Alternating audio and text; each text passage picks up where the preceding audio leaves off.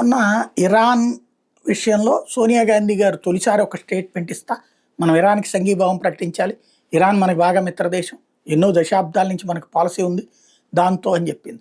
ఇరాన్కి ఎట్లాగో మనం సంఘీభావంగానే ఉన్నాం, అట్లాగని ఇజ్రాయెల్తో శత్రుత్వం లేవు. కాంగ్రెస్ మార్క్ రాజకీయం కాదు, అమెరికాను దూరం పెట్టి రష్యాని దగ్గర పెట్టుకుని చివరికి ఒకళ్ళకి శత్రువు ఒకళ్ళకి మిత్రుడు. ఎవరితోనైనా అందరం మిత్రులే, అందరూ శత్రువులే. అతిగా ఎవరి మీద ఆధారపడం, అతిగా ఎవరిని నమ్ము, అలాగే అందరితో కూడా చనువుగా ఉంటాం, ప్రేమగా ఉంటాం. ఇది అలీన విదేశాంగ విధానం.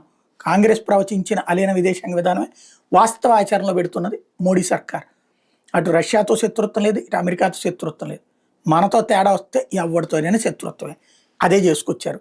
ఇప్పుడు లేటెస్ట్గా చూస్తే ఖతార్కి సంబంధించి ఇప్పుడు ఏమంటారు, ఇప్పుడు ఖతార్ మీద ఇరాన్ దాడి చేసింది. మరి ఖతార్కి సంఘీభావం చెప్దామా, ఇరాన్కి సంఘీభావం చెప్దామా? ఖతార్తో పాటుగా బహ్రెయిన్, ఇరాక్ స్థావరాల మీద కూడా దాడి చేసింది, అమెరికా స్థావరాల మీద. కాబట్టి ఇప్పుడు వీళ్ళకి సంఘీభావం చెప్దామా, వాళ్ళకి సంఘీభావం చెప్దామా? ఎందుకంటే 4 ముస్లిం దేశాలే. మరి ఎవరికి సంఘీభావం చెప్పాలో సోనియా గాంధీ గారు చెప్తే బాగుంటుంది.